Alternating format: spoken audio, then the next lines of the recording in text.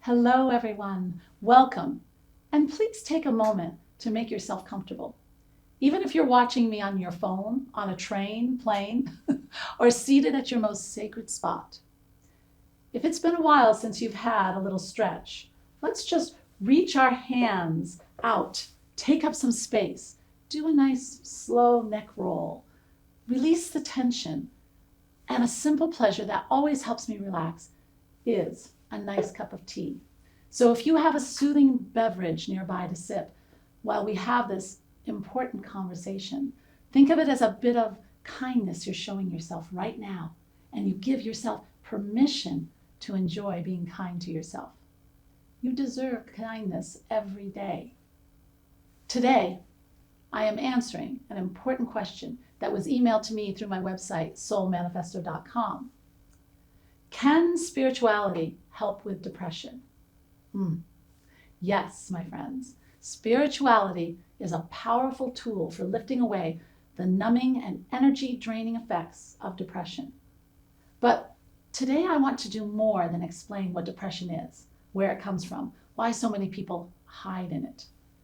The wonderful Fred Rogers from Mr. Rogers' Neighborhood once said, "There are times when explanations, no matter how reasonable, just don't seem to help." So we are going to take a different route today. Okay, so if you are here and you are currently struggling with depression, let me just say, I know how you feel. And it's so hard to describe to other people because it isn't sadness. And that's what people often think, right? That being depressed means that you feel sad. And that's just not true. If someone who's depressed could feel sad, that would almost be a relief because at least you're feeling something. Being depressed is more like feeling nothing. No joy, no interest, no desires. And it's like all the color has just drained out of life and everything is grayscale. It's hard to talk about with other people because then they want to try to help you feel better, or they become worried and start hovering. And this kind of help, while it's coming from a place of love, can almost make the depression seem worse. You know what I mean? Here's why it feels like there's nothing anyone can say or do that will help ease your symptoms of depression. Because spiritual problems need a spiritual solution. Yes, there's plenty of valid psychological research to enhance our understanding of things like depression, anxiety, self-doubt, lack of self-esteem, loneliness, and fear. And I love science. But understanding the psychology behind depression for the most people isn't a solution for lifting away the weight of having depression. And I bet you could have told me that yourself. Depression is a spiritual problem. It's the byproduct of going far too long not expressing your true feelings about something. Smiling when you want to scowl. Laughing when you want to cry. Saying you feel fine when you're actually under a lot of pressure. Saying yes when you mean no. Saying, oh, that's okay, when someone treats you in a way that is actually unacceptable or inappropriate. Saying you are happy in your relationships, with your living situation, with your position at work, when in truth, you feel out of place, undervalued, and uncomfortable. Enthusiasm and motivation turn into, what's the point? And a beautiful sunny day is met with a soul-sickening, I don't care. And that's where all the psychological explanations in the world can't reach us. That's when we need a spiritual solution. I had a client, a wonderful woman that I loved so much, who came to me for help with depression. Some things that her friends could tell you about her is that she's very funny, intelligent, compassionate, creative, but when she's depressed, she shared with me that none of that matters. She just doesn't care about the things she cares about anymore. When she's depressed, she becomes a writer who doesn't care about writing, an avid reader who won't pick up a book, a loyal friend who won't pick up the phone, a foodie who doesn't care what she has for dinner, a nature lover who doesn't care that it's a beautiful day outside. You see? Depression is the act of radically denying our true selves because there's some important part of who we are that feels completely ignored, right? Depression is the act of denying our true joy because there's some important part of us that feels completely ignored, rejected, or subjected. And so at some point, often without even realizing it, we just burn out on pretending and say, forget it. If I can't be my whole self, what's the point of being anything at all? You aren't broken. Let's just get that out of the way right now. Who you are at your essence is wonderful, interesting, beautiful, creative, complex, and complete. And you are deeply beloved by Spirit, whether you are temporarily cloaked in depression or not. Deepak Chopra says, awakening is not changing who you are, but discarding who you are not. I love that. So, how do we awaken our spirit when depression has settled over us like a fog? I'm going to give you 3 tools that help me and have helped hundreds of my clients. But I'm going to start by asking you to be aware that if you are currently feeling depressed, your first reaction to these tools may be to scoff.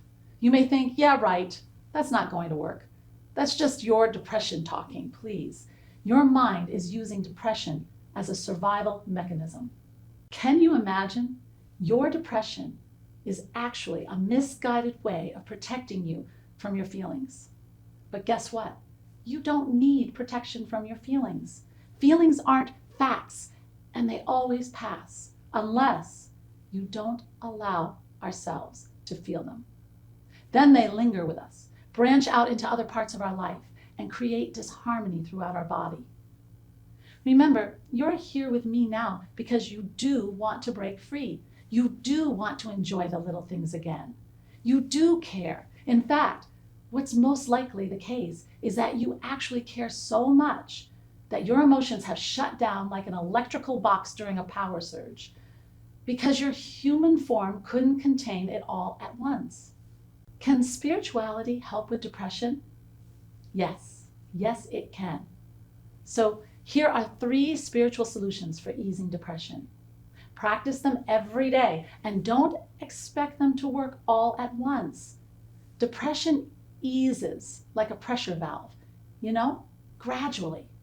Practice them even as your mind is telling you things like, this is dumb, this is silly, this isn't going to work. Just complete the exercise. It's okay. Number 1, make a gratitude list. Gratitude is a powerful tool that feels too simple to be so strong. And look, you may not even believe yourself at first. When I was going through my divorce, some days my gratitude list seemed so trivial. Some days I had a hard time thinking of anything to write. I always had my kids on there, of course. But then the rest of my list was like, oh, I don't know.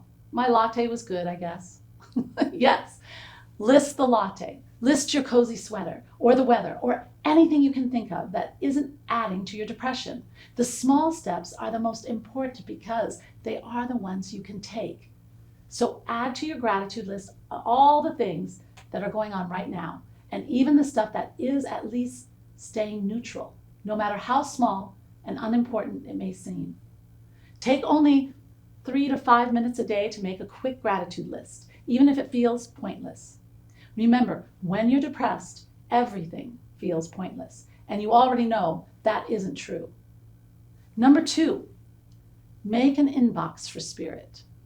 Yeah, find a box that you can designate as an inbox for spirit. You can decorate it if you want, but you don't have to. To use the inbox, make a list of all the things you just can't deal with today and turn them over to spirit or your higher power or your angels or whatever works for you. Give it to the universe to work out the details. If anything else comes up through the day, jot it down and throw it in there. If something you already put in the box pops up again, turn it back over again, write it down, stick it in the box. My old inbox for Spirit was full of all little scraps of paper, and probably over half of them just said, "My divorce" on them. There's no wrong way to do this, my friends. Don't think too much about it. Just do your best. Think of this like an exhale. Exhale all that you can't control today. Let it go. Give it to Spirit. Number 3, identify your depression mantra and replace it. I don't know why some people are reluctant to work with mantras when they are already using them to support their realities anyway. A mantra is anything we repeat to ourselves throughout the day. And when we are depressed, we are reinforcing our depression with a mantra. What's yours? My client I was telling you about, her depression mantra was, "I don't care." During my divorce, my depression mantra was, "It's all over anyway." What's your depression mantra? What's repeating in your head that's keeping you depressed? If you don't know it right away, just be on the lookout. You'll find it. You'll hear it. First thing in the morning, right when you open your eyes, is a good time to listen for it. But for now, choose a replacement mantra. Something that is basically the opposite of your depression mantra. Here are some great options. I am safe. I care so much about many things. My life is meaningful. I am enough. I am important, and my happiness matters. Spirit is with me. I am not alone. I am free. I am powerful. I am healing.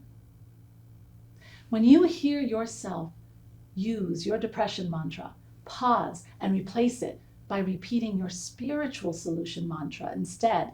Even if you don't feel like you believe it yet, this one takes a little practice. So don't worry if you don't always catch your depression mantra in the act every time.